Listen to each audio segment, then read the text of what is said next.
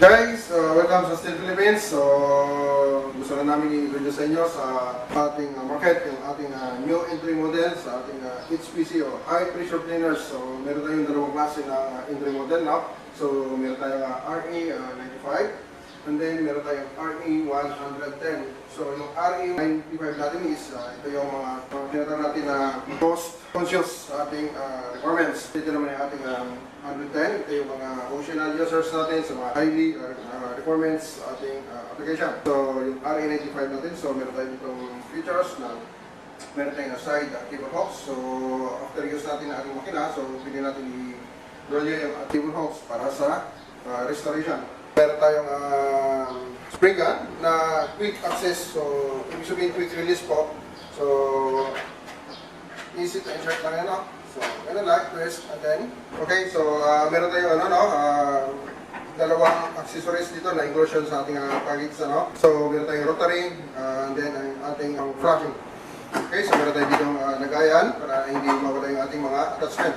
So, at the same time, meron tayong standard canister po para sa ating detergent. Okay, kung mamili kayo kung ano gusto nyo yung application, for example, kung pang flashing lang, so, hanapin natin for flashing. So, napaka-easy lang po, i-insert lang natin yung accessories.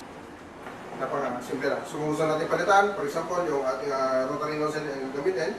So, pinili lang natin itong orange and then balik natin sa lagayan. So, palit tayo ng panibagong nozzle. So, yun po yung mga standard accessories na kasama po sa ating unit.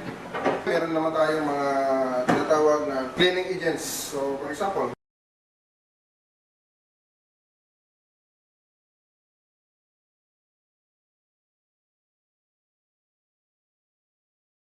it's up to you guys kung ano yung gusto nyong gamitin na detergent. So, meron si Steel kasama po para sa ating HPC.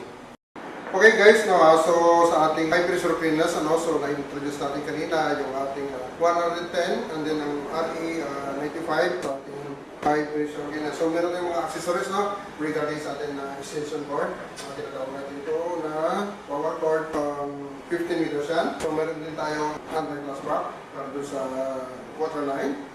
So meron tayong pipe cleaning kit. So ito ginagamit natin, no, sa mga nagbabara-bara ng mga drainage natin. So meron din tayong rotary brush. So meron tayong angle, depende doon sa inyong application.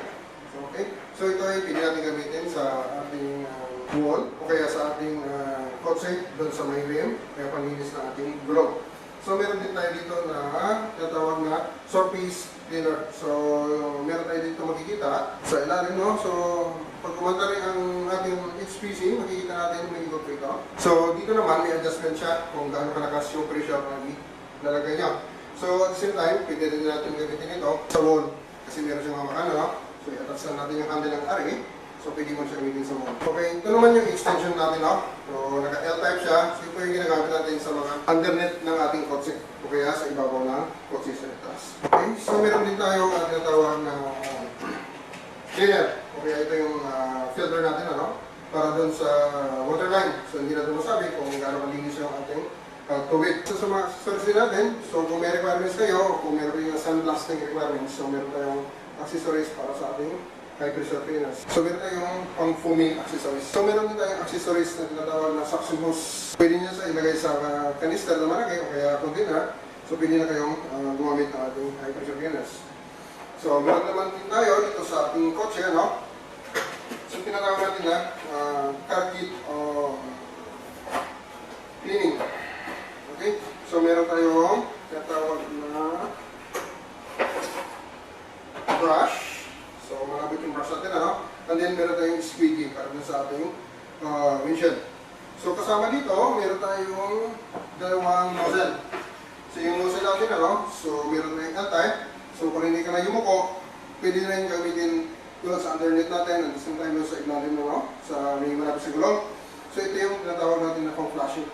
So, even though na meron na yung standard na mga accessories yung ating unit, so meron pa rin tayong isang accessories kasama dito sa car cleaning kit. Okay.